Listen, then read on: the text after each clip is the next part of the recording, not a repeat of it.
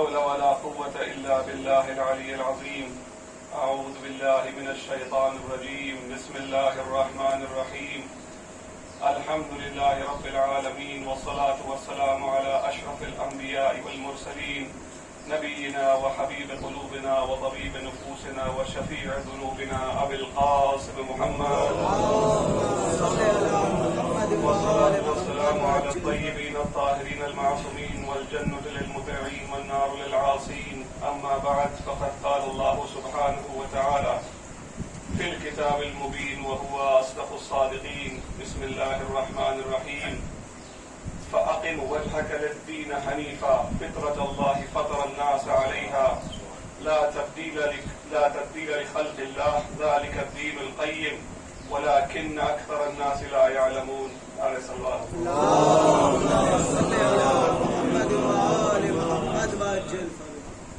ارباب اعزاء، اس سے پہلے کہ میں تمہیدی جملات شروع کروں اس آیہ کریمہ کے ذیل میں، یہاں بیٹھے بیٹھے مجھے ایک حدیث رسول یاد آ گئی. قال رسول اللہ صلی اللہ علیہ وآلہ وسلم، فرماتے ہیں کہ کچھ گناہ ایسے ہوتے ہیں اس دنیا میں جس کی سزا قیامت کے دن تو ملتی ہی ہے، لیکن اس دنیا میں بھی ملتی ہے. کچھ ایسے گناہ ہیں جو خداوند عالم کو اتنے ناپسند ہے کہ وہ انتظار نہیں کر پاتا ان کو سزا دینے کے لیے.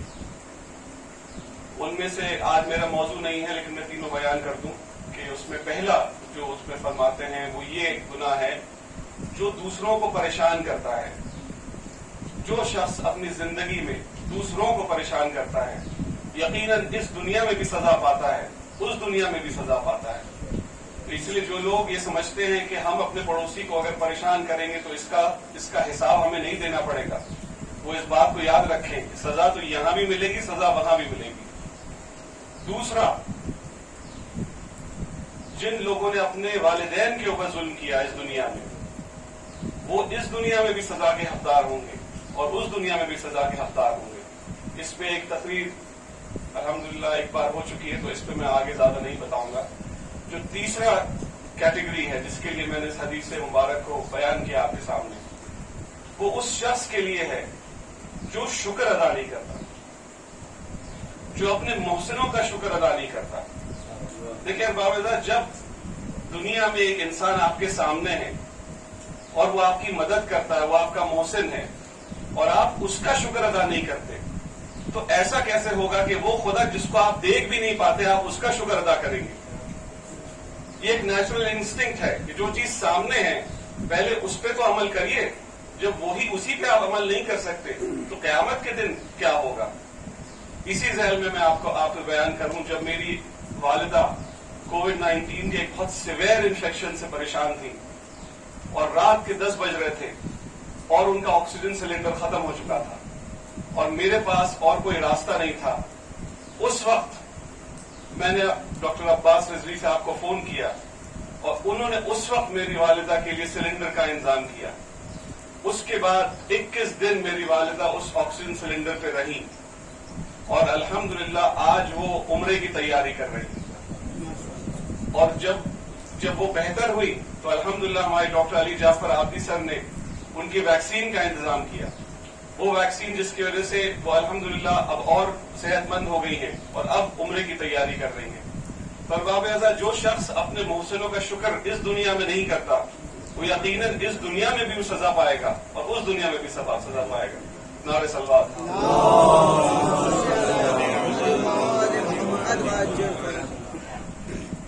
اب باب اعزاء، جب بھی یہ دیکھا گیا ہے کہ ہیومن نیچر ہے،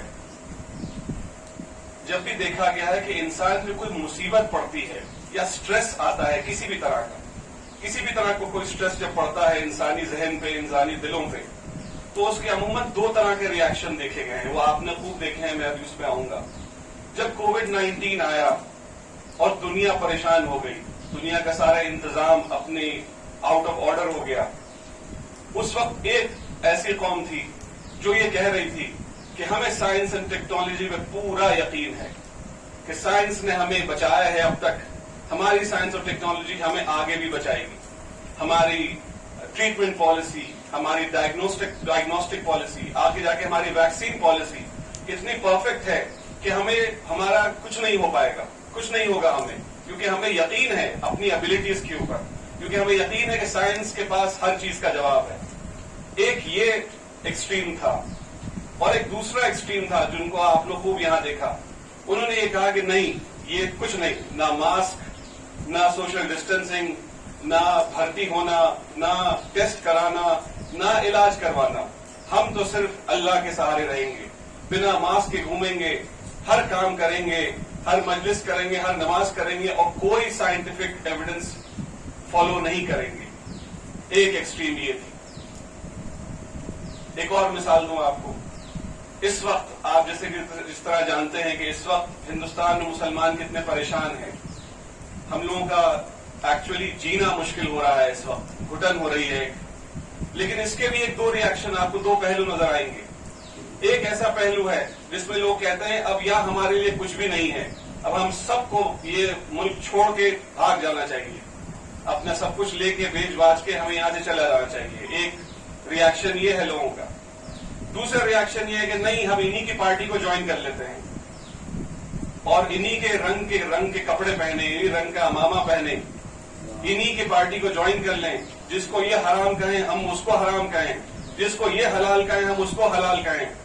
ایک ریئیکشن یہ ہے.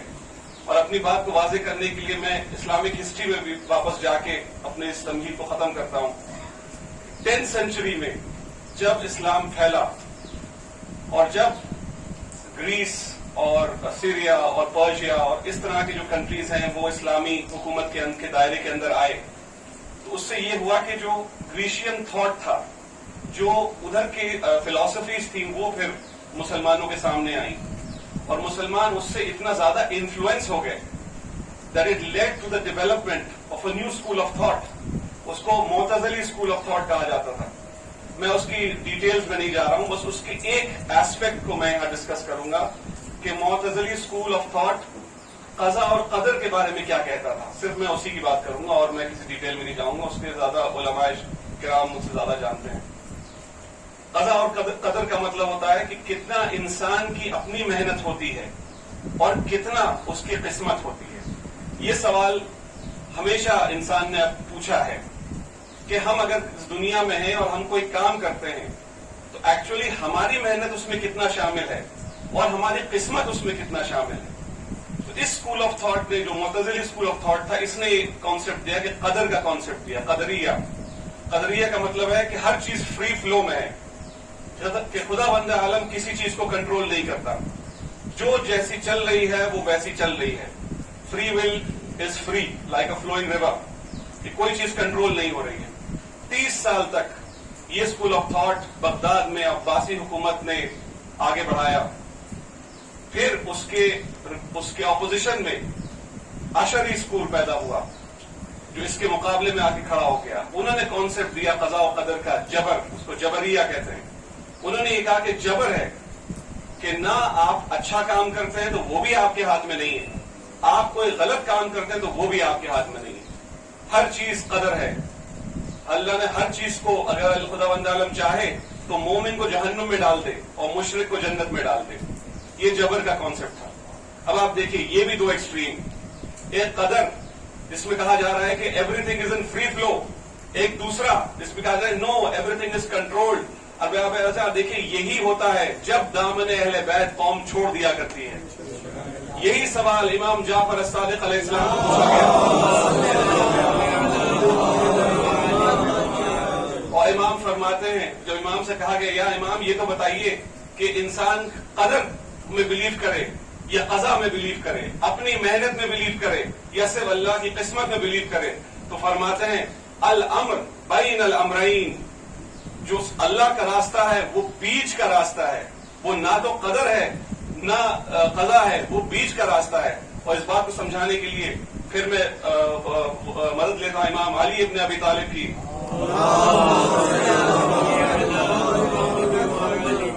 ایک شخص آتا ہے امام کے پاس اور ان سے کہتا ہے یا امام یہ تو بتائیے قضا اور قدر میں کیا ریلیشن شپ ہے ایک انسان کی زندگی میں. یہ سب سے آسان مثال ہے اس کمپلیکس سوال کو سمجھنے کا. دیکھیے یہی اہل بیت اطہار کا سب سے بڑا معجزہ ہے باب اعظم. انہوں نے اتنے کمپلیکیٹڈ مسائل کو اتنے آسان طریقوں سے ہم تک پہنچایا ہے. افسوس کی بات ہے کہ مسلمان اس بات کو پہچان نہیں پائے اب تک کہ اہل بیت اطہار کو ان کا مقام نہ دے کے انہوں نے اہل بیت اطہار کا کوئی نقصان نہیں کیا. وہ تو ابھی سردار اہل جنہ ہیں. انہوں نے نقصان صرف اور صرف اپنا کیا ہے.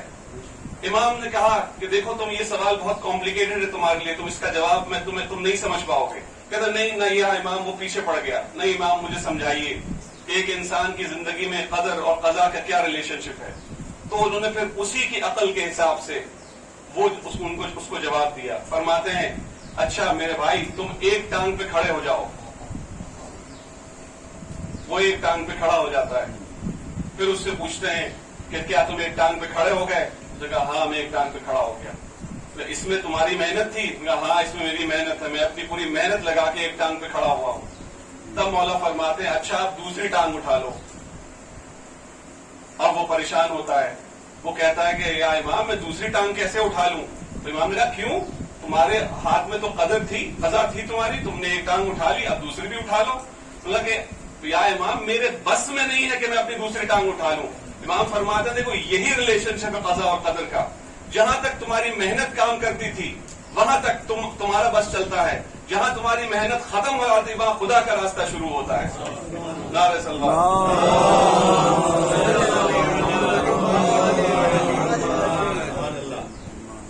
ایسا یہی اسی طرح کے مشکل مسائل صرف آج اویلیبل نہیں ہم سب کے لیے. یہ مسائل ہمیشہ رہے ہیں ان دا پاسٹ آلسو. آپ اس چیز کو سمجھنے کے لیے میں پھر ہسٹری کا آپ کو سہارا لوں. حضرت موسیٰ علیہ السلام جب آئے اپنی قوم کو صحیح راستہ دکھانے کے لیے تو پریشانی یہ تھی کہ 400 سال سے وہ لوگ ایجپشن فیروز کی حکومت کے اندر تھے اور جانوروں کی زندگیاں گزار رہے تھے. کیونکہ ہر کیپٹلسٹ یہی چاہتا ہے کہ جس پہ ہم حکومت کریں وہ جاہل رہے, وہ جانوروں کی طرح ہی رہے, تاکہ وہ ان کے لیے ہمیشہ کام کرتا رہے. کیونکہ جس دن یہ پڑھ لکھ جائیں گے, جس دن ان کو عقل آ جائے گی, اس دن یہ اپنا سر اٹھائیں گے, اس دن یہ ہماری بات نہیں سنیں گے. تو انہوں نے انشور کیا کہ یہ لوگ اسی طرح کی زندگیاں گزاریں. تو جب حضرت موسیٰ علیہ السلام آئے ان کا سارا وقت اسی میں گزر گیا کہ ان کو ایک لیگلسٹک سسٹم دے سکے, ان کو ایک جوڈیشل لا دے سکے, ان کو وہ 10 کمانڈمنٹس دے سکے, ایک لا بنا سکے, تاکہ اس لا کے ذریعے سے یہ جانوروں سے کم انسان کی کیٹیگری میں آ جائیں. ان کی ساری زندگی یہی کرنے میں چلا گیا. اور اس کے بعد حضرت موسیٰ علیہ السلام کے بعد ان کے علماء, بنی اسرائیل کے علماء نے اس میں اتنی تبدیلیں کر دی, اس حکم کا اتنا مشکل کر دیا کہ وہ بھاری وزن ہو گیا بنی اسرائیل کے اوپر. اسی لیے خداوند عالم نے حضرت عیسیٰ علیہ السلام کو بھیجا. حضرت عیسیٰ کتنا ناراض ہوتے ہیں بنی اسرائیل کے علماء کو دیکھ کے. بک آف میتھیو سرمن 23 میں آپ جا کے دیکھ لیجئے انہوں نے کیا کیا نہیں کہا ہے علماء بنی اسرائیل کو. اس میں وہ کہتے ہیں کہ تم لوگ منافقین ہو, جو حکم تم دوسروں پہ نافذ کرتے ہو وہ اپنے اوپر حلال کر لیتے ہو. انہوں نے کیا میں یہاں بھی ایک بات کہتا چلوں. وہ کیا کرتے تھے کہ انہوں نے سود, جو کہ ان کے یہاں بھی حرام تھا, انہوں نے بنی اسرائیل پہ تو سے سود لینا حرام کر دیا تھا, لیکن غیر بنی اسرائیل سے سود لینا جائز کر دیا تھا. تو وہ سود کا بزنس کرتے تھے لیکن غیر بنی اسرائیل سے, جبکہ خداوند عالم نے ان سے کہہ دیا تھا کہ سود لینا حرام. جب سود لینا حرام تو حرام. دیکھیں یہی میں پھر اس بات کو کہتا چلوں, ایک ایسا ہی حکم ہندوستان میں بھی نافذ ہوا جس میں لوگوں نے, علماء نے ایک کانسیپٹ بنایا بیت الحرب اور بیت الامان کا. بیت الحرب کا مطلب ہوتا ہے کہ ایسی جگہ اگر آپ رہیں جہاں پہ اسلامی حکومت نہیں ہے تو وہاں سارے گناہ معاف ہو جاتے ہیں. آپ چوری کر سکتے ہیں, آپ برائب کر سکتے ہیں, آپ اسمگلنگ کر سکتے ہیں, آپ کے اوپر کوئی گناہ نہیں ہے. ایک بہت بڑا طبقہ ہمارے بھائیوں کا اس بات پہ یقین کرتا ہے کہ یہ بیت الحرب ہے, کیونکہ یہ بیت الحرب ہے اس لیے یہاں کچھ بھی کرنا جائز ہے. اب آپ ایسا یہی بالکل بات بنی اسرائیل کے علماء کر رہے تھے اس وقت. انہوں نے اپنے اوپر سود جائز کر لیا تھا غیر بنی اسرائیل کے لیے, اور بنی اسرائیل کے لیے حرام کر دیا تھا. حضرت عیسیٰ کیا فرماتے ہیں, تم منافقین ہو, تم ریاکار ہو, کیونکہ انہوں نے اپنے لباس اس طرح کے بنا دیے تھے جس لباس سے یہ تو پتہ چلتا تھا, وہ اس سے لگتا تھا کہ ہم کتنے بڑے مومن ہیں.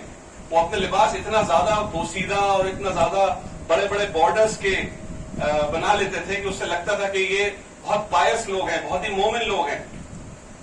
آخر میں پریشان ہو کے پھر حضرت عیسیٰ کہتے تم چور ہو, کیونکہ جو حق تمہارے پاس آتا ہے وہ تم ادا نہیں کرتے ہو.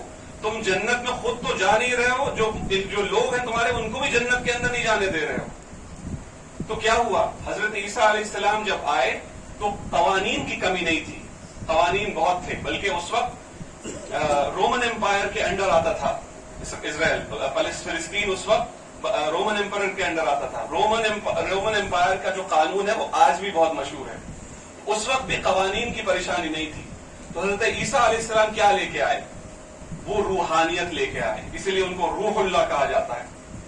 وہ قوانین لے کے نہیں آئے, وہ روحانیت لے کے آئے. پر باوجود آپ یہ دیکھیے, ایک نبی ہے حضرت موسیٰ علیہ السلام جو صرف اور صرف شریعت لے کے آئے. ایک نبی ہے حضرت عیسیٰ علیہ السلام جو صرف روحانیت لے کے آئے. حضرت موسیٰ علیہ السلام کے پاس ٹائم نہیں تھا کہ روحانیت کی بات کرتے. حضرت عیسیٰ علیہ السلام کے پاس ٹائم نہیں تھا کہ سارے لاز پھر صحیح کرتے, اس لیے انہوں نے صرف روحانیت کی بات کی. لیکن سورہ صاد میں خداوند عالم فرماتا ہے, قال یا ابلیس, قال یا من منعک ان لا تسجد بما خلقت بیدی, اے ابلیس تو نے اس شے کے آگے سجدہ کیوں نہ کیا جس کو میں نے اپنے دونوں ہاتھوں سے بنایا تھا. اور بعض آپ دیکھیے, بہت کامن سینس کی بات ہے کہ خداوند عالم کے تو ہاتھ ہے ہی نہیں, نہ ہاتھ ہے, نہ شکل ہے, نہ جسم ہے, نہ پیر ہے, معاذ اللہ. لیکن خداوند عالم نے اس بات کو کہا قرآن مجید میں کہ جس شے کو میں نے اپنے دونوں ہاتھوں سے بنایا تھا, اے ابلیس تو نے اس کے آگے سجدہ کیوں نہ کیا. تو اس کی تفسیر میں امام جعفر صادق علیہ السلام بتاتے ہیں, یہاں پہ خداوند عالم کے دونوں ہاتھ انسان کے دو پہلو کو بتاتا ہے کہ انسان ایک تو جسم کا بنا ہوا ہے, دوسرا روح کا بنا ہوا ہے. میٹر اینڈ سول, مادیت اور روحانیت. انسان تبھی مکمل ہوتا ہے جب اس کی مادیت اور اس کی روحانیت دونوں ساتھ چلتی ہے.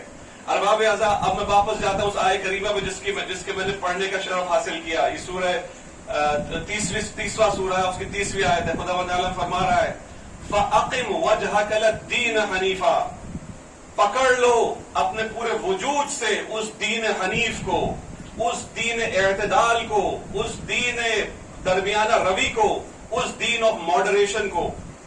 Get hold of the religion of moderation. ارباب اعضاء, اسلام وہ مذہب ہے جو دین اعتدال ہے. یہی وہ مذہب ہے جو حضرت ابراہیم علیہ السلام لے کے آئے تھے اور جس سے لوگ پھر گئے. حضرت موسیٰ صرف مادیت کا خیال رکھ رہے تھے, حضرت عیسیٰ اسپرچوالزم کا خیال رکھ رہے تھے.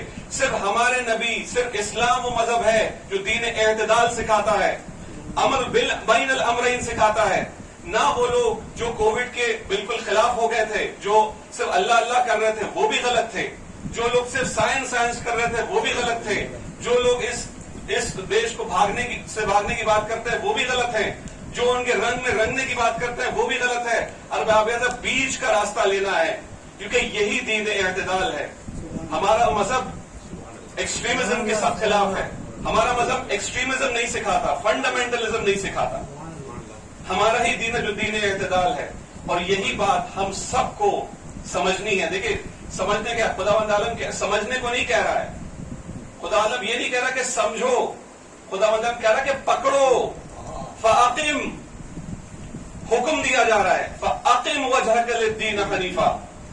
یہ جو آیت کریمہ مجھے پڑھنے کا شرف حاصل ہوا, یہ ایک بہت فنڈامنٹل آیت کریمہ ہے جس میں جتنے بزرگ علماء گزرے ہیں انہوں نے پوری ٹریٹیسز لکھی ہیں سمجھانے کے لیے کہ this is central to the belief of Islam. کہ اگر اس آیت کریمہ کو آپ سمجھ جائیے تو آپ سمجھ جائیں گے کہ اسلام میں کتنی گہرائی ہے اور اسلام آپ سے کیا ایکسپیکٹ کرتا ہے. نعرے سلوات.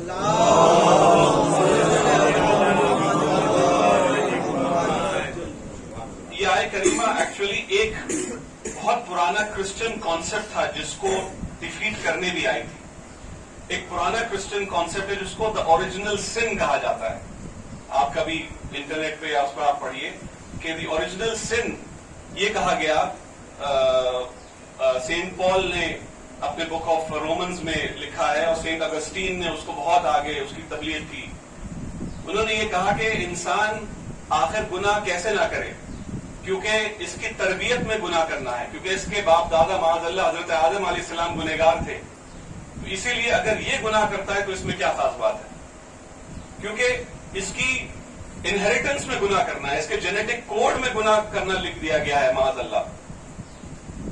پہلے تو میں اپنے چھوٹے بھائیوں کو کا کنفیوژن تھوڑا سا کلیئر کروں کہ وہ جس عمل کو کہتے ہیں وہ یہ ہے جس میں خداوند عالم نے فرمایا تھا کہ اے آدم اس پیڑ کے پاس مت جانا, لا تقربا هذه الشجرة, اس پیڑ کے پاس مت جانا. لیکن حضرت آدم گئے اور انہوں نے اس پھل سے لیا. تو آپ دیکھیے اس کو جو عام لوگ اس کو گناہ کہتے ہیں, لیکن دیکھیے یہ گناہ نہیں ہے, اس کو ترک اولا کہا جاتا ہے. ترک اولا کا مطلب ہوتا ہے not taking the ideal route for اینی تھنگ.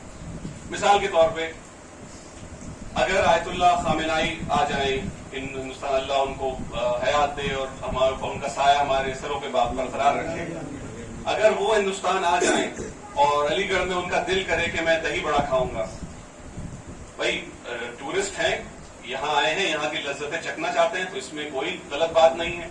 پیسہ بھی انہی کا ہے, وہ اگر خرچ کرنا چاہیں تو بالکل خرچ کر سکتے ہیں. لیکن اگر آپ کو کہیں معاذ اللہ آیت اللہ خامنائی کسی نکڑ پہ کھڑے ہو کے, ٹھیلے پہ کھڑے ہو کے وہ کھاتے ہوئے نظر آ جائیں تو آپ کیا کہیں گے؟ آپ یہ تھوڑی کہیں گے کہ یار آپ گنہگار ہو گئے, یہ تھوڑی کہیں گے آپ نے گناہ کر لیا معاذ اللہ. آپ یہ کہیں گے کہ بہتر ہوتا کہ آپ یہ نہ کرتے, آپ اسی چیز کو کہیں اور بیٹھ کے اچھی جگہ کر لیتے تو یہ بہتر ہوتا ہے. اسی کو ترک اولا کہا جاتا ہے. حضرت بھائیوں کے لیے ہے کہ اسی کو ترک اولا کہتے ہیں, یہ گناہ نہیں. اور پلس اس کا ثبوت یہ ہے کہ خود قرآن مجید میں اللہ نے کہہ دیا کہ ہم نے معاف کر دیا. حضرت آدم علیہ السلام نے استغفار کیا, خداوند عالم نے ان کو معاف کر دیا. اور ویسے بھی خداوند عالم نے قرآن مجید میں کہہ دیا وَلَا تَزِرُ وَازِرَةٌ وِزْرَ أُخْرَىٰ, کہ کسی ایک کے گناہ کا سبب کسی دوسرے گناہ کے کسی دوسرے پہ بوجھ نہیں ڈالا جائے گا. یہ ہمارے کانسیپٹ نہیں ہے کہ معاذ اللہ کسی ہمارے باپ دادا نے گناہ کیا تو اس کا بوجھ ہمیں اٹھانا ہے. نہیں, ہر شخص کو اپنا بوجھ خود اٹھانا ہے. تو یہ اوریجنل سن کا جو کانسیپٹ تھا یہی اس آیت کریمہ میں ختم ہوتا ہے. دین اعتدال اسی کو کہتے ہیں جو درمیانہ روی سکھاتا ہے. اگر رسول خدا صلی اللہ علیہ وسلم کے پاس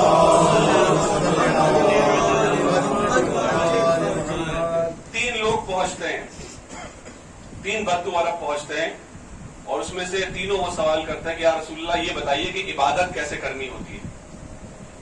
تو رسول خدا نے ان کو سمجھایا کہ عبادت میں انہوں نے جو 5 پلرز آف اسلام ہے وہ سمجھایا, جو بیسکس آف اسلام ہے پورا سمجھایا کہ ایسے اور ایسے اور ایسے. تو ان تینوں کی رائے سیم ہو گئی. تینوں نے کہا کہ آپ نے تو بہت ہلکے میں چھوڑ دیا ہم تو اس سے بہت زیادہ کر سکتے ہیں. اس ایک والے نے کہا کہ اب میں عہد کرتا ہوں کہ اب سارے سال بھر نمازیں پڑھوں گا اور سوؤں گا نہیں, رات کے وقت بھی نمازیں پڑھوں گا. دوسرے نے عہد کیا کہ میں اب سارے سال روزے رکھوں گا اور کسی بھی دن میرا روزہ جو ہے وہ قضا نہیں ہوگا. تیسرے نے کہا میں شادی نہیں کروں گا کیونکہ شادی سے دماغ بھٹکتا ہے اور میں عبادت سے دور ہو جاؤں گا. آپ سے رسول خدا کیا فرماتے ہیں اس کے جواب میں؟ کہتے ہیں میں نماز بھی پڑھتا ہوں اور میں رات کو سوتا بھی ہوں, میں رمضان میں روزہ بھی رکھتا ہوں اور سال میں بھی روزے رکھتا ہوں, لیکن اللہ کی دی ہوئی لذتیں بھی چکھتا ہوں سارے سال میں. میں شادی بھی کرتا ہوں اور اپنی بیوی کے حقوق بھی پورا کرتا ہوں. اور میرے بندوں یہ سمجھ لو کہ جو میری سنت پہ نہ چلے وہ مجھ میں نہیں ہے, وہ مجھ میں سے نہیں ہے. یہ شدت پسندی اسلام کا حصہ نہیں ہے, یہ لوگوں نے اپنے اوپر ڈال لیا ہے اس کو.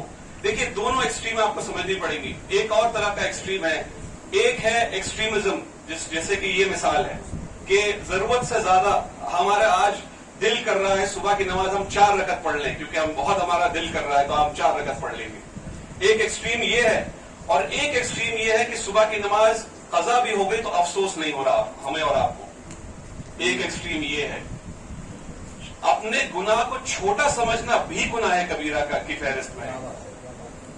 بھائی یہ ہو سکتا ہے کہ آپ کی صبح کی نماز قضا ہو جائے کسی وجہ سے، لیکن اس قضا کو ادا کرنا واجب ہے آپ کے. ویسے تو قضا ہونی نہیں چاہیے، لیکن اگر ہو گئی ہے تو اس کے آپ کے دل میں اس کے لیے افسوس ہونا چاہیے کہ مجھ سے آج کچھ ہو گیا.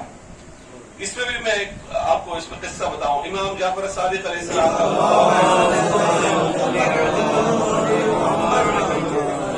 اور ایک شخص ہے، وہ امام سے کہتا ہے کہ یا امام میں بزنس ٹرپ پہ جانا چاہتا ہوں اور میں اس ٹائم پہ نکلوں گا، کیونکہ اس ٹائم پہ نہیں نکلوں گا تو میں وہاں تک پہنچ نہیں پاؤں گا اور وہ بزنس ڈیل مس ہو جائے گی مجھ سے. تو امام کہتے ہیں کہ مت جانا. وہ منع کر دیتے ہیں کہ اس بزنس ٹرپ پہ تم مت جانا. لیکن وہ شیطان کے بہکاوے میں آ کے وہ اس بزنس ٹرپ پہ چلا جاتا ہے. اچھا جاتا ہے تو بہت منافع کماتا ہے، اس کو بہت مال اور بہت پروفٹ ہو جاتا ہے. اب وہ آ کے اس کو کنفیوژن میں آ گیا. اس کے دل میں یہ تو یقین تھا کہ امام نے کوئی چیز کہی ہے تو یقیناً اس میں غلط نہیں ہوگا، لیکن مجھے منافع بھی ہو گیا اس میں. اب یہ تضاد میں کیسے سلجھاؤں؟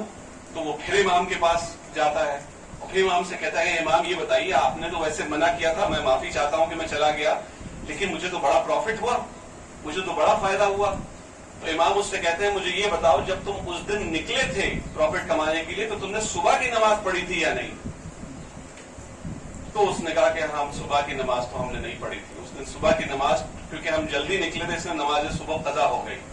تو امام فرماتے ہیں کہ جو لوگ اپنے گناہوں کو ہلکا سمجھتے ہیں، جو لوگ نمازوں کو ہلکا سمجھتے ہیں، قیامت کے دن ہم سے سفارش اور شفاعت کی وہ نہ کریں، ہم سے ایکسپیکٹ نہ کریں کہ ہم اس دن ان کی شفاعت کریں گے. تو دونوں ایکسٹریم ہیں. یہ بھی ایک ایکسٹریم ہے کہ آپ بالکل مسجد میں بیٹھ جائیے. یہ ایسا ابوالکلام آزاد صاحب نے اپنی کتاب میں لکھا ہے کہ جب ایک مدینہ پہ حملہ ہونے لگا تو اس وقت کے امام نے کہا سارے مسلمانوں کو کہ تم مسجدوں میں بیٹھ کے صحیح بخاری ختم کرو اور کوئی باہر نہ جانا. اور ہوا یہ کیونکہ سب مرد وہاں بیٹھ کے صحیح بخاری پڑھنے لگے، اس لیے باہر پورا بربادی ہو گئی اور سب چلے گئے. ایک یہ ایکسٹریمزم ہے کہ جب جس وقت جو کام کرنا چاہیے وہ ہوا نہیں اور بعد میں افسردہ ہے کہ ہمارے گھر جل گئے، ہمارے گھر برباد ہو گئے. تو ایک ایکسٹریمزم یہ ہے. ایک ایکسٹریم یہ ہے کہ اپنے گناہوں کو ہلکا سمجھنا، اپنے گناہوں پہ افسوس نہ جتانا، کیونکہ جب افسوس نہیں ہوگا ارباب اعضاء تو پھر اس کو ریپیٹ کرنے کی گنجائش پڑ جاتی ہے اور پھر اس پہ معافی مانگنے کا تصور پہ ختم ہو جاتا ہے. اسی لیے یہ سب کچھ اپنی جگہ ضروری ہے. یہ آیت کریمہ آگے بڑھ کے چلتی ہے فَأَقِمْ وَجْهَكَ لِلدِّينِ حَنِيفًا فِطْرَةَ اللَّهِ فَطَرَ النَّاسَ عَلَيْهَا. یہ ارباب اعضاء خاص میسج ہے ہمارے جوان بھائیوں کے لیے جو اس زندگی کے اس کگار پہ ہیں کہ وہ اپنے گھروں کو کچھ دنوں میں چھوڑ دیں گے اور امپلائمنٹ کے لیے یا پڑھائی کے لیے باہر چلے جائیں گے. وہاں ان کو دوسرے مذاہب کے لوگوں کے ساتھ اٹھنا بیٹھنا اور فیس کرنا پڑے گا. ایسے میں ایک بہت فریکوینٹ ایک پرابلم ہوتی ہے کہ ایک قوم ہے جس کے یہاں تصور انجوائمنٹ کا صرف اور صرف شراب پینا ہے. ان کے یہاں پارٹی کرنے کا مطلب ہی شراب پینا ہے. مطلب صرف بریانی کھا کے آدمی پارٹی نہیں کر سکتا. اس میں جب تک شراب نہ ہو، خدا نہ خواستہ زنا نہ ہو، تب تک وہ دعوت مکمل نہیں ہوتی. تو ایسے میں جب ہمارے بچے ان کے ساتھ رہتے ہیں تو وہ منع کرتے ہیں کہ ہم نہیں جائیں گے تمہارے ساتھ. تو وہ کیا کہتے ہیں؟ وہ کہتے ہیں ایسے تم کس طرح کے مذہب پہ ہو جو اتنا شدت پسند ہے، جو اتنے ساری پروہیبیشنز ہیں اس کے اندر. شراب نہ پیو، زنا نہ کرو، مال حرام نہ کھاؤ، مال حرام نہ کماؤ، نماز پڑھو، روزے رکھو، خمس دو. اتنی مشکل سے تو تم نے اتنی سیونگ کی ہے، اس میں خمس بھی نکال رہے ہو، اس میں زکات بھی نکال رہے ہو. دیکھو ہم نے کتنا عالیشان گھر بنوا لیا اتنے دنوں میں، تم ابھی تک کچھ کر ہی نہیں پائے. یہ سب سننے کو ملتا ہے. دیگر باب اعضاء یہی آیت کریمہ وہاں بھی کام آتی ہے. خدا تعالیٰ فرما رہا ہے کہ ہم نے انسان کو اسلام کی فطرت پہ پیدا کیا ہے. غیر فطری بات کون کر رہا ہے یہاں؟ آپ سوچئے جب جانور کو پتہ چل جائے کہ وہاں جانے سے اس کو نقصان ہو جائے گا اس کی جان کو خطرہ ہو جائے گا, وہ بیمار ہو جائے گا, تو جانور بھی اس جگہ نہیں جاتا. یہ کیسے انسان ہیں جو جانتے ہیں کہ شراب پینے سے لیور خراب ہوتا ہے, لیور کینسر ہو جاتا ہے, پھر بھی اس ڈائریکشن میں جاتے ہیں, اور پھر ہمارے بچوں سے کہتے ہیں کہ تم غیر فطری بات کر رہے ہو. زناکاری نون فیکٹ ہے کہ آج اس وقت اگر HIV اور سیکشولی ٹرانسمیٹڈ ڈیزیز بڑھ رہی ہے تو اس کی وجہ ایک ہی ہے کہ آؤٹ آف میرج فورنیکیشن اڈلٹری ہو رہی ہے, اسی لیے سیکشولی ٹرانسمیٹڈ ڈیزیز پھیل رہی ہیں. اب بتائیے فطرت پہ کون ہے؟ خداوند عالم کا کوئی اصول ایسا نہیں ہے ارباب اعزاز جو انسان کی فطرت کے خلاف ہو, اس بات کو یاد رکھیے گا. الکوہولزم کے لیے اب تک ہمارے جو کتابیں تھیں وہ ہمیں یہ پڑھاتی تھی کہ تھوڑا ریڈ وائن پینے سے ہارٹ ڈیزیز پریونٹ ہوتی ہے, کہ اگر آپ ریڈ وائن پیئے تو ہارٹ ڈیزیز پریونٹ ہوگی. اور اللہ غرق کرے, ہمارے کچھ اب دوست ایسے ہو گئے جو ساری زندگی تو ہمارے ساتھ نمازیں پڑھتے تھے, اب فیس بک پہ ریڈ وائن کے ساتھ تصویر ڈال رہے ہیں. یہی ہے, ایسے لوگ دیکھیں یہی ہوتا ہے. اسی لیے خداوند عالم کہہ رہے فَأَقِمْ, پکڑ لو دین اعتدال کو. جو پکڑتے نہیں ہیں دین اعتدال کو, ان کو اس دنیا کی سرد ہوائیں اسی طرح لے کے چلی جاتی ہیں. جو صرف قرآن پڑھتے ہیں اور حفظ کر لیتے ہیں, وہ سمجھتے نہیں کہ اس میں لکھا کیا ہے. جو اہل بیت کا دامن نہیں پکڑتے ہیں, جو غم حسین میں شامل نہیں ہوتے ہیں, جو تقریریں نہیں سنتے ہیں, ان کے ساتھ یہی ہوتا ہے. ان کو اس دنیا کی چکا چوند اتنا ان کے سینسز کو اوور ویلم کر دیتی ہے کہ ان کو ان کی ہر کہی ہوئی بات صحیح لگنے لگتی ہے. آج ہمارے اوپر الزام ہے کہ حجاب از اے ریگریسو ٹریڈیشن. اب آپ بتائیے, حجاب از اے ریگریسو ٹریڈیشن, اور ایک کامن سینس کی بات ہے, جو خزانہ ہوتا ہے اسی کو تو چھپایا جاتا ہے. جو چیز پیش قیمتی ہوتی ہے اسی کو چھپایا جاتا ہے. جو چیز عام ہوتی ہے وہ عام ہی کی طرح ہوتی ہے. جو چیز عام ہے وہ عام ہے, جو چیز خاص ہے وہ خاص ہے, خاص ہی کو ڈھانکا جاتا ہے. شریعت محمدی میں ایسا کوئی اصول نہیں ہے جو انسان کی فطرت کے خلاف ہے. اور کیسے ہوگا؟ کیونکہ خداوند عالم فرما رہے فَأَقِمْ وَجْهَكَ لِلدِّينِ حَنِيفًا فِطْرَتَ اللَّهِ الَّتِي فَطَرَ النَّاسَ عَلَيْهَا. ہم نے اس دین اسلام کے اوپر پیدا کیا ہے انسانیت کو. یہ جو LG کا فریج ہے یہ 220 وولٹ پہ ہی چلے گا. آپ اگر 110 وولٹ کا اس میں وہ لگانا چاہیں گے تو یہ کام نہیں کرے گا ارباب اعزاز, کیونکہ یہ بنا ہی 220 وولٹ جھیلنے کے لیے ہے. آپ کا اور ہمارا جسم اور ہماری روح دین اسلام ہی کو برداشت کی طرف چلنے کے لیے ہے. تو جو آپ کے دوست آپ سے کہیں کہ آپ کا دین ریگریسو ہے, آپ کا دین پروہیبیشن پرون ہے, آپ یہ سمجھائیے کہ فطرت پہ تو میں چل رہا ہوں. انسان کی فطرت ہے نیکی, انسان کی فطرت ہے. الکوہل پینے کے بعد انسان کیا ہوتا ہے؟ 4 بلین سال لگے انسان کو جانور سے انسان بننے میں, یہی سائنس کہتی ہے نا. اور آپ 1 منٹ کے اندر شراب پی کے وہ ایوولوشنری سائیکل 1 منٹ کے اندر ریورس کر دیتے ہیں. انسان سے پھر جانور بن جاتے ہیں, اور پھر کہتے ہیں کہ بھائی میری تصویر اور میری ویڈیو مت بنانا جب میں شراب پی لوں. آپ کو خود معلوم ہے کہ آپ نے کیا کیا کیا اس وقت, آپ کو خود مجھے معلوم ہے. تو ارباب اعزاز خداوند عالم نے کہ سارے قوانین, اس بات کو آپ بالکل سینہ ٹھوک کے آپ کہیے کہ جو شریعت ہے اسلام کی وہ انسان کی فطرت کے اوپر مبنی ہے اور کسی چیز کے اوپر نہیں. اگر صرف شریعت ہی ہوتی تو بھی ہم کہتے کہ چلو یہ نامکمل دین ہے. آپ کے امام زین العابدین نے تو حقوق انسانی دیا ہے. ایک طرف امام نے حقوق کی لسٹ دی ہے اور ایک طرف آپ کو خزانہ دیا, زبور آل محمد دیا ہے, جس سے اپنی روحانیت کو آپ آگے سے آگے بڑھا سکتے ہیں. ارباب یہی ہوتا ہے جب لوگ در اہل بیت کو چھوڑ دیا کرتے ہیں. یہی وہ در ہے جہاں سے آپ کو مادیت بھی کامیاب ملے گی, روحانیت بھی کامیاب ملے گی. قرآن مجید میں اللہ فرماتا ہے ربنا آتنا فی الدنیا حسنہ وفی الآخرۃ حسنہ وقنا عذاب النار. صرف جنت کی دعا نہیں مانگنے کو کہا گیا ہے, کہا ہے کہ اس دنیا میں بھی ہمیں اچھائی دے دے اے پروردگار, آخرت میں بھی ہمیں اچھائی دے دے اور ہمیں جہنم کی آگ سے بچا لے. یہ ہے دین اعتدال, یہ ہے دین حنیف, یہی دین ہے جس کے اوپر ہر انسان کو رہنا ہے. اس لیے خداوند عالم نے فرمایا ان الدین عند اللہ الاسلام, اللہ کے نزدیک اگر کوئی دین ہے تو وہ دین اسلام ہے. اس دین اسلام کے علاوہ ہم کوئی دین ایکسپٹ نہیں کریں گے، کیونکہ یہی وہ دین ہے جو اعتدال سکھاتا ہے. نعرہ صلوات.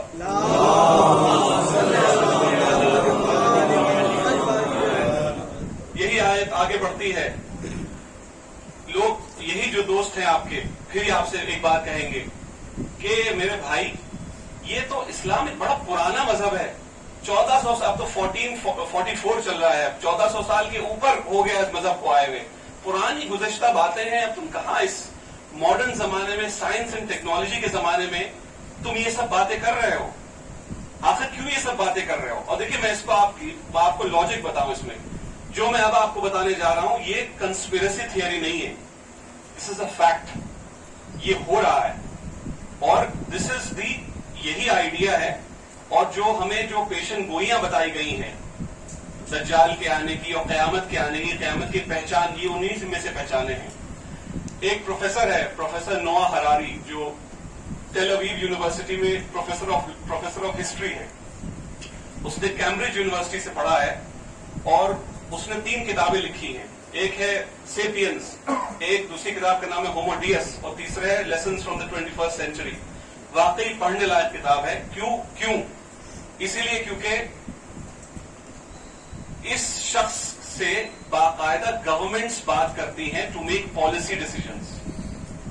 دے make policy decision by talking to him. اس نے حالانکہ اپنی کتابوں میں دکھایا اسی طرح ہے کہ میں نے یہ کتاب پہلے لکھی، گورنمنٹس میرے پاس بعد میں آئی. ہو سکتا ہے یہی ہوا ہو، واللہ عالم بالصواب. لیکن سچائی یہ ہے کہ پڑھنے لائق کتابیں ہیں کہ آپ سیریز میں پڑھیے تو آپ کو سمجھ میں آئے گا. اس میں جو بیچ والی کتاب ہے، آج سے اسی کا تذکرہ میں کر رہا ہوں، ہومو ڈیس.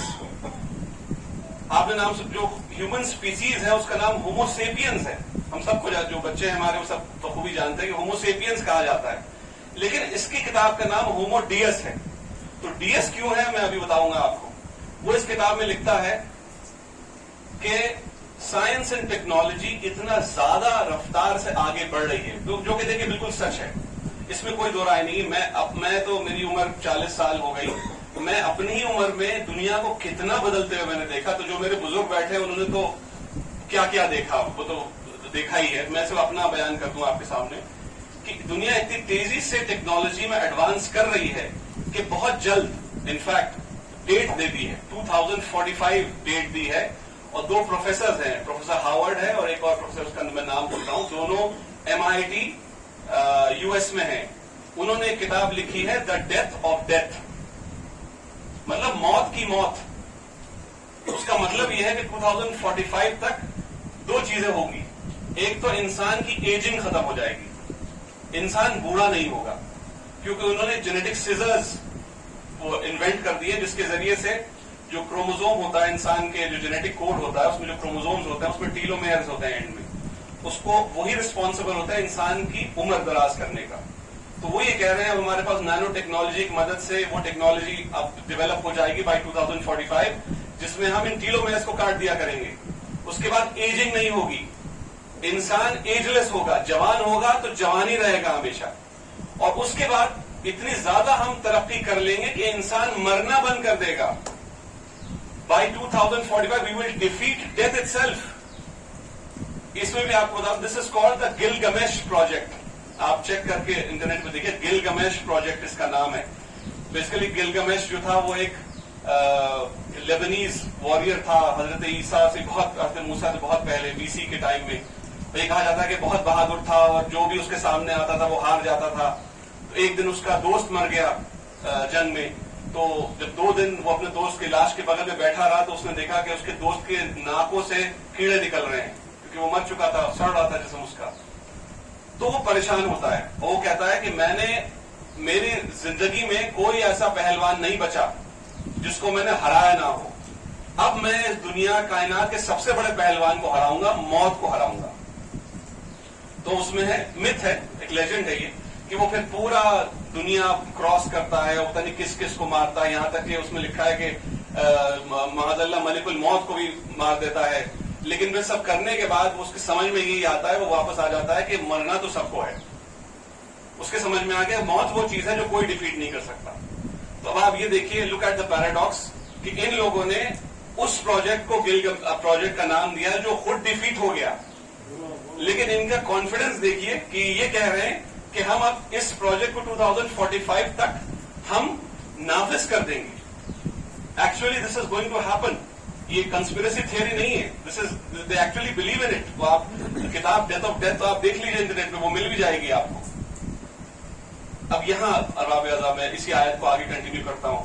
فَأَقِمْ وَجْهَكَ لِلدِّينِ حَنِيفًا فِطْرَةَ اللَّهِ الَّتِي فَطَرَ النَّاسَ عَلَيْهَا لَا تَبْدِيلَ لِخَلْقِ اللَّهِ. انسان یہ سمجھ لے کہ ہماری خلقت بدلتی نہیں ہے.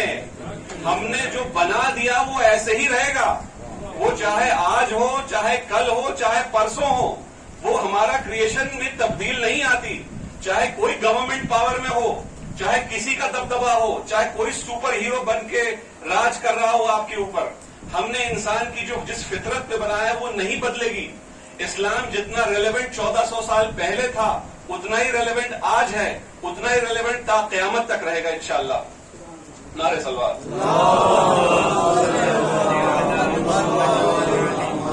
خدا بند عالم نے جب کہہ دیا کل نفس ذائقۃ الموت, اب میں ان سے سوال پوچھوں. حراری صاحب ذرا یہ تو آپ بتا دیجئے کہ یہ تو آپ نے بیان دیا تھا کووڈ سے پہلے, اب تو کووڈ آ گیا, اب بتا دیجئے کووڈ نے کیا کر لیا آپ کی سائنس ٹیکنالوجی نے اکیلے؟ آپ نے اپنے بھائی بہنوں کو نہیں بچا پایا. آپ کے پاس جتنی پالیسی تھی, جتنی دوائیں تھیں, جتنا سب کچھ آپ نے انتظام کیا تھا, اس میں بھی 100% آپ نہیں دے پائے. 100% تو بہت دور کی بات ہے ارباب اعضاء. 90s میں نہیں پہنچ پائے آپ. کہنے کے لیے ہم نے سب کو بچا لیا, کیونکہ ارباب اعضاء یہ بھی ایک فارم آف ایکسٹریمزم تھی, یہ بھی ایک ایکسٹریمزم ہے. اور اسی کتاب میں پھر آگے لکھتا ہے, وہ یہ کہتا ہے کہ کیونکہ ہم ایجنگ کو ڈیفیٹ کر دیں گے اور ہم موت کو ڈیفیٹ کر دیں گے, تو بتائیے وہ کون کیا ہوتا ہے جو کبھی ایج نہیں کرتا, جس کی عمر نہیں دراز ہوتی اور جو کبھی مرتا نہیں ہے. یہ کس کی صفت ہے؟ یہ معاذ اللہ خداوند عالم کی صفت ہے. تو وہ کہہ رہا ہے کہ ہم ہومو سیپین سے ہومو ڈیس بن جائیں گے. ڈیس لفظ آتا ہے ڈیٹی سے, بھگوان. تو اب ہم بھگوان ہو جائیں گے معاذ اللہ. 2045 کے بعد ہم سب بھگوان ہو جائیں گے. یہ غرور, اور دیکھیے یہ غرور کوئی نئی چیز نہیں ہے. آپ سورہ یوسف میں دیکھیے, فرعون کہتا ہے اپنے سپہ سالار سے کہ جاؤ اور ایک ایسا ٹاور بناؤ جس کے اوپر میں کھڑے ہو کے موسیٰ کے اللہ سے کلام کروں گا. دیکھیے وہ بے وقوف نہیں تھا. آپ پلیز سمجھیے, اس وقت Egypt was at its technological height. بھئی ان کے جو بنائے ہوئے پیرامڈز ہیں وہ آج تک زندہ ہیں. تو ظاہر سی بات اس وقت کے, آج بھی سائنٹسٹ نہیں سمجھ پاتے کہ اس وقت اتنے وشال پیرامڈز کیسے بنا دیے گئے. تو اب آپ سمجھیے کہ وہ مذاق نہیں کر رہا تھا, وہ یا وہ جہالت نہیں دکھا رہا تھا اپنی. اس کو اتنا غرور ہو گیا تھا اپنی نالج کے اوپر, اپنی نالج اور اپنی سائنس اینڈ ٹیکنالوجی میں اتنا غرور ہو گیا تھا کہ وہ کہہ رہا تھا کہ میرا لیے ایسا ٹاور بناؤ جس پہ کھڑے ہو کے معاذ اللہ میں اللہ موسیٰ کے رب سے کلام کروں گا. کہ موسیٰ سے تو بات کر لی میں نے, اب اس کے رب سے کلام کرنا ہے مجھے. یہ ویسے ہی باتیں ہیں. اور خداوند عالم فرما رہا ہے لا تبدیل لخلق اللہ, ہم نے جیسا تمہیں بنایا ہے تم اسی فطرت پہ رہو گے. چاہے تم کچھ بھی اچیو کر لو, بندے ہو بندے ہی رہو گے. ہم نے جب کہہ دیا کہ ہر شے موت کا مزہ چکھے گی تو یقیناً ہر شے موت کا مزہ چکھے گی. نعرہ صلوات.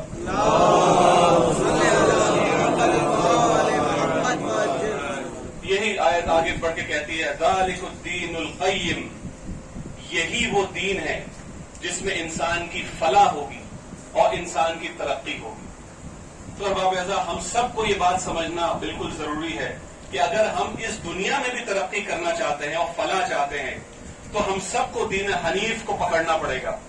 کیونکہ دین اعتدال ہی وہ دین ہے جس کے ذریعے سے خدا بند عالم کا وعدہ ہے. ارباب اعضاء لوگ یہی تو کہتے ہیں کہ اگر ہم 5 وقت نماز پڑھ لیں گے تو بھائی ہم بزنس میں آگے نہیں بڑھ پائیں گے. ہم اگر روزے رکھیں گے تو ہم اچھے سپورٹس مین نہیں بن پائیں گے. ہم اگر حج پہ چلے جائیں گے تو ہمارا اتنا نقصان ہو جائے گا, بزنس چھوٹ جائے گا. ہم اگر زکات و خمس نکالیں گے تو ہم غریب ہو جائیں گے. اب اللہ نے وعدہ کیا ہے آپ سے ذالک الدین القیم, یہ وہ دین ہے, یہ وہ دین اعتدال ہے جس کا وعدہ ہے کہ آپ اس میں کامیاب ہی ہوں گے.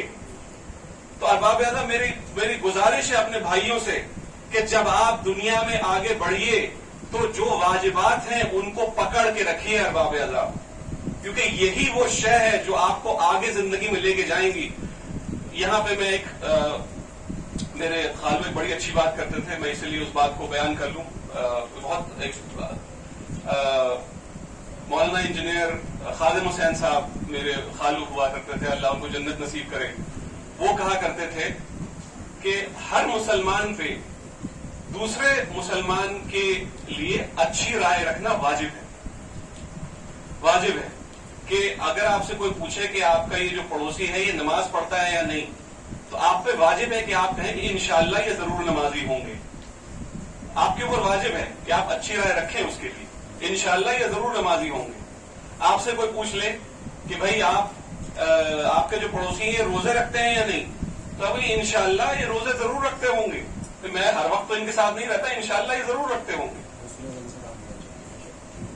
لیکن اب یہ بتائیے, ایک عمل جو ہم جوان لوگوں کے لیے جس کے لیے شریعت نے کہا ہے کہ داڑھی شیو کرنا حرام ہے. میرے جوان بھائیوں, یہ صرف آپ کے لیے ہے میسج. اس وقت آپ دنیا میں جا رہے ہیں آگے, آپ کے لیے میسج ہے. جس طرح ہماری بہنوں کے لیے حجاب واجب ہے, اس طرح آپ کا داڑھی رکھنا واجب ہے آپ کے لیے. آپ اگر دین اسلام پہ نہیں چلیں گے اور اس بات سے ڈریں گے کہ ہماری داڑھی رکھنے سے ہمیں کہیں نقصان ہو جائے گا, تو ارباب عذاب پھر آپ دین اعتدال پہ نہیں چل رہے ہیں. من مانا مذہب پہ چلنے کی اجازت نہیں ہے. اللہ کا جو دیا ہوا حکم ہے اسی پہ چلنا ہے ہم سب کو.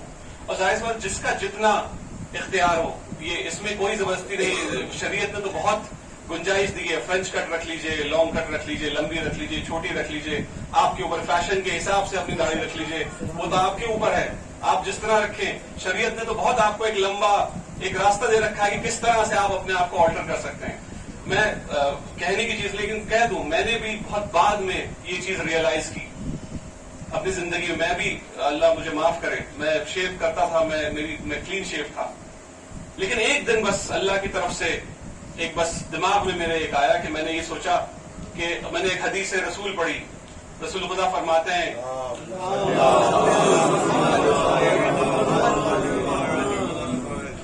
کہ قربانی کیا چیز ہے. قربانی اصل وہ قربانی ہے جو تمہیں سب سے زیادہ عزیز ہو, وہ قربانی ہے. اصل قربانی وہ ہے جب انسان اپنے اچھے مال میں سے صدقہ نکالتا ہے, اپنے محنت سے کمائی ہوئی مال سے جائز طریقے سے, اپنے خون پسینے سے کمائے ہوئے مال میں سے صدقہ نکالتا ہے. اللہ کو وہ صدقہ پسند ہے. مجھے یہی لگا کہ خداوند نے جو سب سے خوبصورت چیز دی ہے مجھے, میری شکل صورت وہی ہے, اور میں وہ بھی اللہ کی راہ میں اگر نہیں اس کے حکم پہ نہیں اتر سکتا تو کیا ہے, میں کچھ بھی کرتا رہا ہوں. جو میری سب سے بڑی نعمت ہے میں اس پہ تو کام ہی نہیں کر رہا. فزیکلی میں اب جم جاتا تھا, اپنے آپ کو ڈیولپ کرتا, مانی نہیں ہوتی ہے. تو ذالک الدین القیم, یہ میں بس گزرتے میں نے اس بات کو مینشن کر دیا کہ ہم سب کو یہ بات سمجھنی ہوگی کہ جتنے ہمارے بھائی ہیں جو اب جا رہے ہیں اپنے گھروں کو چھوڑ کے, پلیز اس بات کو سمجھ لیجئے. آپ بالکل دین اعتدال پہ ہیں, لیکن اس کے لیے آپ کو دین اعتدال پہ چلنا پڑے گا اور پکڑ کے چلنا پڑے گا, ورنہ یہ دنیا کی سرد ہوائیں آپ کو اٹھا کے لے کے چلی جائیں گی. اور اسی آیت کریمہ کو خداوند عالم آگے بڑھ کے کہتا ہے,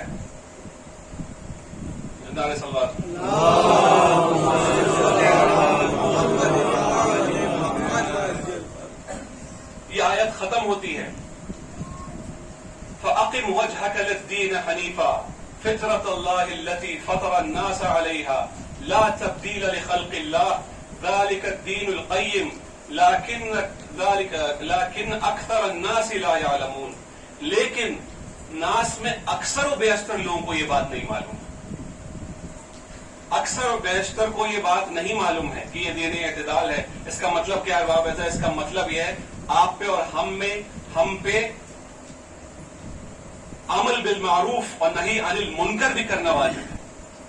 اس کا مطلب یہی ہے اچھائی کی طرف دعوت دینا بھی ہمارا کام ہے, برائی سے روکنا بھی ہمارا کام ہے. اور یہ کام صرف علماء کا نہیں ہے ارباب اعظم, یہ کام ہر شخص کا ہے. جو بزرگ ہیں ان کا تو ہے ہی، ان کا حق بھی ہے کہ وہ ہمیں ٹوکیں، لیکن جو جوان ہیں وہ بھی ایک دوسرے کو کریکٹ کریں. جب وہ یہ دیکھیں کہ ہمارا بھائی جو ہے وہ نماز نہیں پڑھ رہا ہے تو اس کو ٹوکیں. جب وہ دیکھ رہے ہیں ہمارا بھائی روزے نہیں رکھ رہا ہے تو اس کو ٹوکیں. اس کو اچھا دیکھیں، اس کا بھی ایک طریقہ ہوتا ہے. کسی مومن کا دل دکھانا بالکل حرام بات ہے ارباب عطا. یہ بھی میں یہاں حدیث بیان کر دوں. امام جعفر صادق علیہ السلام فرماتے ہیں کہ جس شخص نے ایک مومن کا دل دکھایا، اس کا مطلب یہ ہے کہ اس نے خداوند عالم کے خلاف اعلان جنگ کر دیا. اب آپ سوچئے، کسی کے عقل کو آپ دیکھیے کہ وہ خداوند عالم کے ذات کے خلاف اعلان جنگ کرتے ہیں. اب آپ سوچئے کیا سنگین جرم ہے. اس کی عقل کو دیکھیے، اس نے اور کوئی چھوٹا دشمن نہیں ملا تھا اس کو. اس نے کس کو دشمن بنا لیا اپنا، کس کے خلاف دشمنی لے لی. اسی لیے ہمیں اس بات کا خیال رکھنا ہے باب اعظم. اور جب یہ مکمل جب آپ تبلیغ میں باہر نکلے، اس پہ بھی دیکھیے امام جعفر صادق علیہ السلام فرماتے ہیں،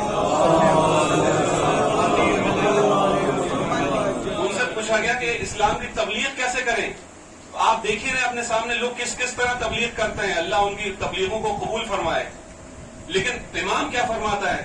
امام فرماتے ہیں کہ تبلیغ ایسے کرو بنا اپنے منہ سے ایک لفظ نکالے ہوئے. اب آپ سوچئے یہ کیسے ہو سکتا ہے؟ در اہل بیت سے ارباب اعضاء ایسے ہی ہیرے جواہرات ملتے ہیں، ایسے ہی ہیرے جواہرات ملتے ہیں. یہ ہیرے جواہرات آپ کو اور کہیں نہیں ملیں گے. اسی لیے ہم سب کو فخر کرنا چاہیے اس بات پہ کہ ہم جتنے بھی گناہگار صحیح بھی خداوند عالم نے ہمیں راستہ تو صحیح دیا، کم سے کم ہم صحیح در پہ تو کھڑے ہیں. امام فرماتے ہیں کہ بنا اپنے منہ سے ایک لفظ نکالے ہوئے اسلام کی تبلیغ کرو. تو کیسے ہوگا ارباب اعضاء؟ ہمارے اور آپ کے عمل سے ہوگا. دنیا جب دیکھے گی کہ آپ جب نماز پڑھتے ہیں، اس کے بعد نماز پڑھنے کے بعد آپ کے دل میں بندگی پیدا ہوتی ہے، اس بندگی سے آپ کے دل میں انکساری پیدا ہوتی ہے جس سے آپ لوگوں کے ساتھ اچھا عمل کرتے ہیں. ارباب اعضاء یہی ہے عمل بین الامرین، یہی ہے دین اعتدال، جس میں مادیت بھی ہے، جس میں روحانیت بھی ہے. دنیا دیکھے جب آپ روزے رکھتے ہیں تو یہ فاقہ ہو سکتا ہے اگر مادیت کو صرف آپ سپورٹ کریں گے، لیکن اگر اس روزے سے آپ کے اندر صبر پیدا ہو جائے کہ آپ دنیا کی مشکلوں کو جھیل جائے تو ارباب اعضاء یہ روحانیت ہے. آپ کا اگر حج پہ آپ جائیں تو ارباب اعظم یہ ٹورزم ہو سکتا ہے. اگر آپ کے دل میں وہ شوق نہ پیدا ہو جائے خداوند عالم سے ملنے کا، وہ زیارت کا شوق نہ ہو کہ اپنے امام کے بتائے ہوئے راستے پہ چلنے کا اگر شوق پیدا نہ ہوا آپ کے دل میں، تو روحانیت حاصل نہیں ہو سکتی، دین اعتدال حاصل نہیں ہو سکتا. ہم اور آپ اگر صدقہ خیرات زکات خمس دے رہے ہیں دنیا کو دکھانے کے لیے، تو ارباب اعضاء یہ شو آف ہو سکتا ہے. اس میں مادیت تو سیٹسفائی ہو جائے گی لیکن روحانیت نہیں ہوگی، کیونکہ اس کا مطلب یہ ہے کہ ایک مسلمان کے لیے پریشان ہونا، اس کی مدد کرنا. تو ارباب اعضاء یہ دین اعتدال ہے، یہی ہے دین حنیف. دنیا کو لگ رہا ہوگا کہ تم اگینسٹ دا ٹائڈ چل رہے ہو، تم اگر شراب پینے نہیں جا رہے ہو تو یہ تم اگینسٹ دا ٹائڈ چل رہے ہو. لیکن خداوند عالم نے کہا کہ یہی دین حنیف ہے، مجھے یہی پسند ہے کہ تم اگینسٹ دا ٹائڈ چل کے دکھاؤ، جدھر پانی بہ رہا ہو اس کے الٹا چل کے دکھاؤ. یہی دین حنیف ہے، یہی دین اعتدال ہے. نعرے صلوات.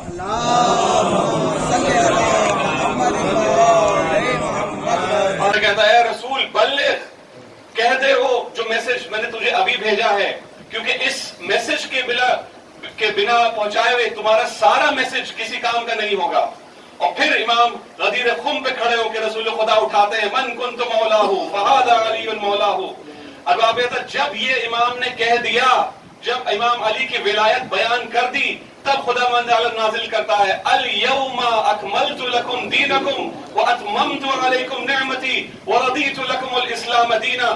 آج میں نے تمہارے دین کو اسلام مقرر کر دیا، میں نے اپنی نعمت کو ختم کیا اور تمہارے لیے دین اسلام کو منعقد کیا. ارباب اعضاء وہ لوگ جو یہ سمجھتے ہیں کہ دین اسلام مکمل ہوتا ہے بنا ولایت علی ابن طالب، وہ سمجھ جائیں ولایت علی ضروری ہے اسلام مکمل کرنے کے لیے. جو لوگ امام علی کو اپنا مولا نہیں مانتے وہ ایک ڈیفیکٹو اسلام فالو کر رہے ہیں. جو رسول خدا کہہ کے گئے ہیں کہ دین مکمل ہی تب ہوتا ہے جب علی کی ولایت پوری ہوتی ہے، جب علی کی ولایت کو یقین ہوتا ہے تبھی دین مکمل ہوتا ہے.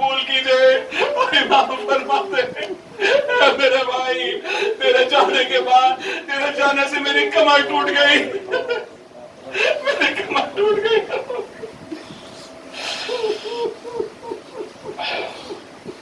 لعنت اللہ علی القوم الظالمین